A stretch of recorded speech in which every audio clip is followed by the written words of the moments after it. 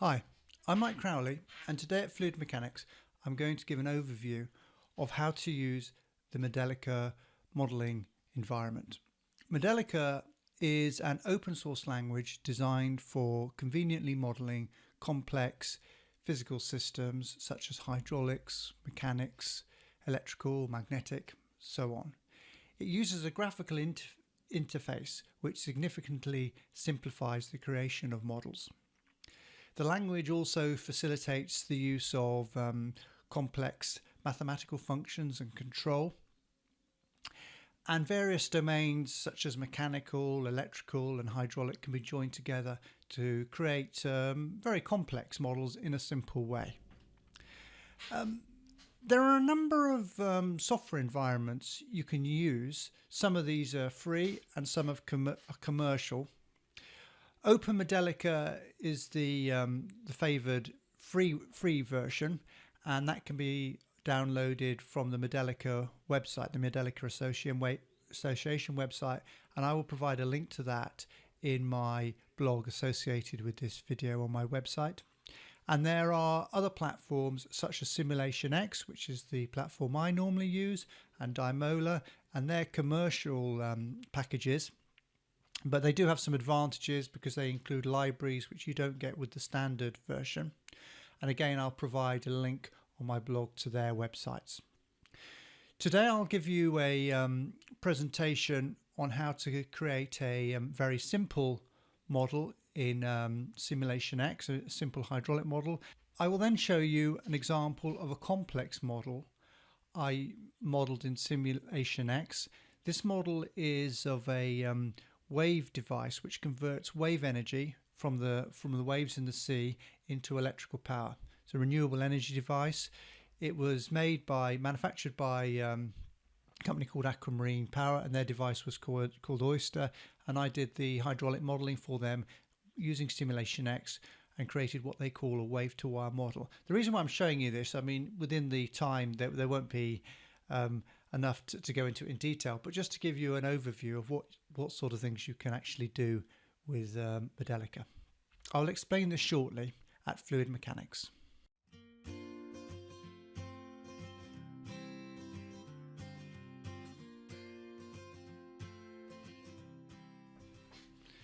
This is the SimulationX Modelica operating environment.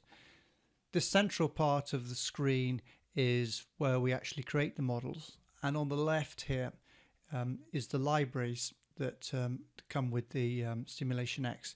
Now, along here there are various library blocks, and you can dig down into various levels, and these are the components you will actually use to create the model with. We've got signal blocks, mechanical systems, magnetics, pneumatics, hydraulics, which I tend to do quite a bit of, thermistics, heat transfer. Now there are others. I've got most of the libraries, but not all of them. The way it works with SimulationX is you have to pay for the libraries, so you only tend to pay for the ones that you need to use. Then from here we got the Modelica standard library. So these are the standard libraries, which would probably come with all versions of Modelica. And it will definitely be, if you downloaded Open Modelica from the Modelica website, you would definitely get this library here as standard and for free, of course. And basically what you do, and we'll just start off with this one here. So it's got various types of electrical systems, mechanical. So if we just go down to the mechanical section here, and what you do is you pick on the library component and you drop it into your working area. So there's an earth, and we can put a mass in, and perhaps a spring, and then actually we'll put in we could actually link those up together, so we could have a spring mass system like that, and probably put in another spring and another mass, and you can build these systems up like that. And within each of these components you can get into there's a form which has the parameters. So this has got a spring rate of 1, so we can change that to whatever. So let's have a spring rate of 100, and the units in that are SI units, but you could change that to imperial units if you want to, and it'll just change the number. I usually work in SI units. And then we can go to that one there, which is I double clicked on the mass there, and therefore we've got the mass of the components. We can say change that to 10, and you can go through and change the component values, and you can basically set up a model bringing all these components together. These are the standard components, and as I say, SimulationX provides a very good library, and the Modelica has a library. But inevitably, when you're modeling, you'll want to do something special, or you'll want to have a special component. And you can create your own components and add them into the library. Now, I'm not going to show you in this video how to do that in totality, but what you can do is you could create a component based on an existing component. So you could take that linear spring and you could edit it and give it new parameters, or create a new component. And what we'll do is we'll go into the extension, and this is the module within SimulationX to actually create your own components or modify existing ones. You've got there, you can see this is the GUI that we actually saw on the actual screen, and we can change that if we want to. We can put in lines or whatever to make a symbol which represents the component that we're trying to do. We've got connections, so at the moment that's got 2 connections for the spring. We could add additional connections into that. And I don't know if you see there's a new that control one that's been added in, and we can move it around, I think, as well to different positions within there. And then that component has code in there, and basically this is part of the Modelica code, and you can find out about the syntax of the Modelica code on the Modelica website. You don't normally get into this sort of detailed code unless you're actually doing your own components. I mean, if you're using standard components, you can get away with very little coding knowledge at all, and you can set up the behavior of how that component is going to actually behave.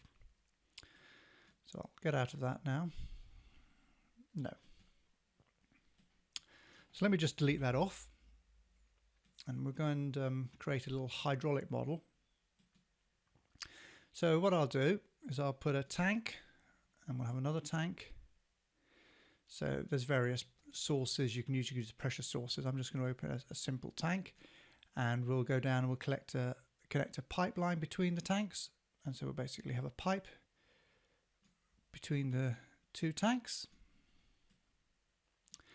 And we'll open up the pipe's parameters, and I'll set the length at, say, 100 for this example. And we'll have an internal diameter of, say, 25 millimeters. We can convert that into inches if we want to. And if we click on the pipeline itself, we can set the parameter. So this one is been set up by default to hydraulic oil. I'm going to change it to water. What you'll find with Modelica is that they've all got default values. So you can click components in, and usually they'll work as they are. But you'll almost inevitably need to adapt the values to suit your requirements. So we've changed that to water. If you change the connection there, it'll also change it in all the other connections in this particular model to water automatically. Now, if I go back to the pipeline, what we need to do is to get any flow down there, we need to have one tank higher than the other. So we can set up the gravitational effects, and we'll set that to true. And then what that allows you to do is it's got height HA minus HB. So one side is A and one side is B, and I'll change that to 10. Within SimulationX, I've got them turned off because it just gets cluttered, but you can you can label the ports, so they've all got ports. So that's port A and that's port B, so they've all got things, but it just ends up with a cluttered view if you have that turned on. And then what we can do is you can run that. So we go to analyze simulation, and we'll go to transient settings, and we're going to set the time. As it so happens, it's set to the right value, 20 seconds. Okay, and what we'll do is we'll run that model. It's run. Now I didn't turn on any results, so actually what you have to do is turn the results on to actually see what's happening. So if I go to the pipe and I go to the properties, and then we've got the results over here, so we can turn on some of the results, whichever ones we're really interested in. So we'll say the velocity, possibly the flow rate, and we could actually say the power dissipated. And then if I just wind it back again and run the model, and if we look at the results now, so what we have, this is showing you the velocity in the pipe. So it starts off initially at 0 velocity, that's just the default that's in there, and after a few seconds it gets up to the velocity, and then after about 7 seconds it's in a steady state condition and it just continues on. So obviously if I ran it on indefinitely it would just stay at that flow rate. So let's just make it a little bit more interesting, and let's put a valve in there and we'll stop the flow, say halfway through the run. So what we can do is I'll just close that down a bit there, and we can open up, we can put a valve in there. So let's look for a valve, and we need a variable valve, so I'll take that valve and we'll put it in there, and this is a variable throttle valve. Okay, and we'll just change some of these parameters. So instead of an arbitrary shape, we'll just have a circular valve, which is what you'd normally have. Now what this is saying is the valve diameter is 6 millimeters times y. Y is the input, in other words the opening of the valve. So I'm going to change that to the pipe size, so that's 25. And the actual valve will be 25 times the input value. Now the input value is put on this here with that little arrow, it's showing the variable condition. So we need to set a valve. So if I just would do a signal block on there. So this is going to provide a signal to control that valve with, and we need to put a value in. So we click on this function. Now what I can do is put in a function so that it closes after 10 seconds. So I'm going to just use a little bit of Modelica code. It's not too complicated, and I'll just say if, and Modelica parameter time is the time in seconds that the model is run for. So if time is less than 10, then 1. So basically the valve is open. If it's greater than 10, we'll just put else 0. So then after 10 seconds the valve will close. Simple as that. Actually, what I'll do is I'll turn the results on. So in other words, we can actually look at the results of that. And so we've got the velocity, and we can turn the velocity. We can turn the results on before we run the results, and we turn the signal. We haven't got any numbers out yet for the signal because we haven't actually run the model. And what you can do is we can hold that result there. So we'll just keep a hold of that trace. I'm just putting that there, which is a sort of a freeze button. So I'll wind the results back, and actually that's now gone light, very light red, which basically means that's the old results. And now I'll run it again, and what do we get? Yeah, so we've got a slightly lower flow, and that's because there is some loss due to the valve, and effectively you can see the velocity is stopping. This is a sort of a classic surge thing. If I actually connect the pressure there, I haven't actually turned the pressures on, so let's properties, let's turn the pressure on there, and we'll run it again.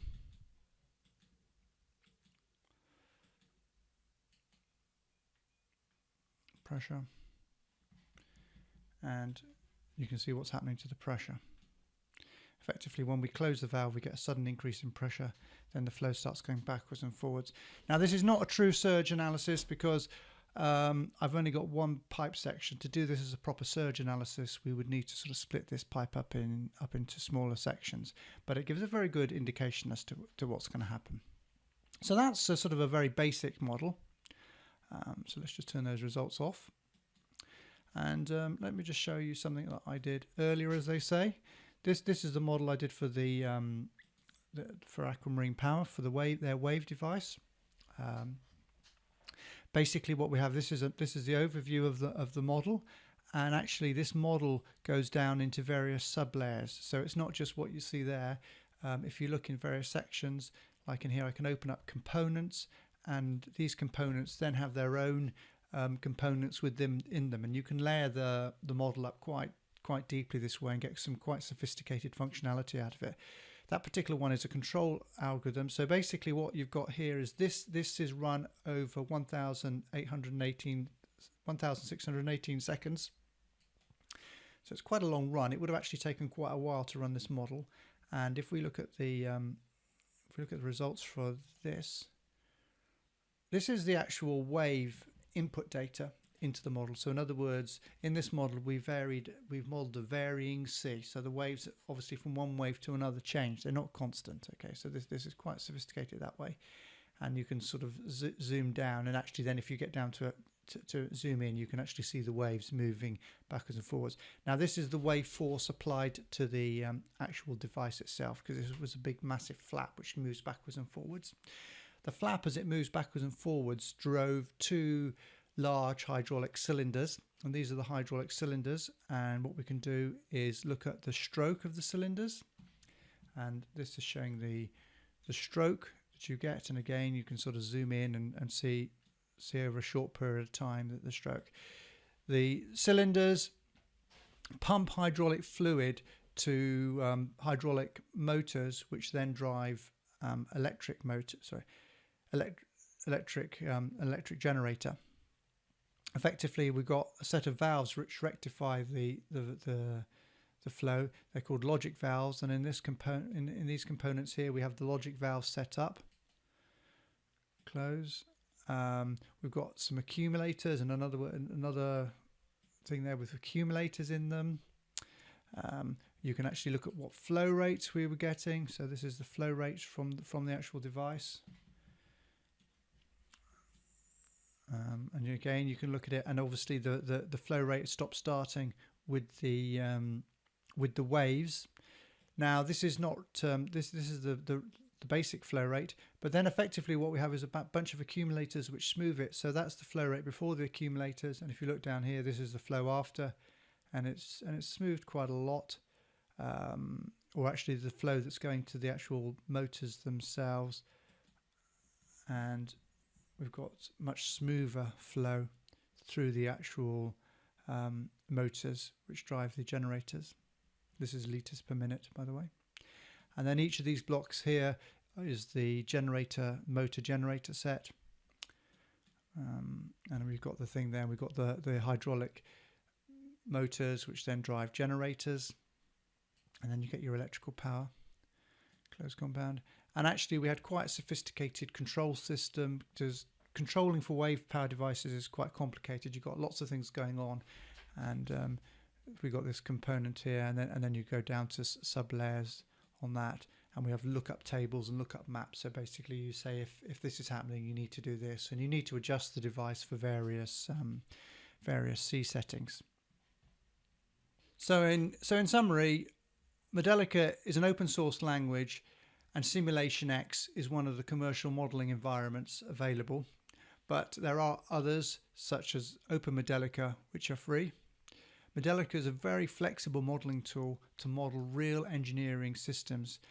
And if you're a system designer, I'd strongly recommend you use one of the available tools on one of the environment websites. On my website, I will provide some links to the Modelica Association and various software tools that go with Modelica. If you have any general questions on this, please leave a comment on my website blog, and I will endeavour to answer them there. I cannot answer any general questions about Modelica directly via email. If you need any more detailed advice on hydraulics or surge analysis on a consultancy basis, then please contact me directly. My contact details are on my website. That's it today from Fluid Mechanics. Thank you for listening.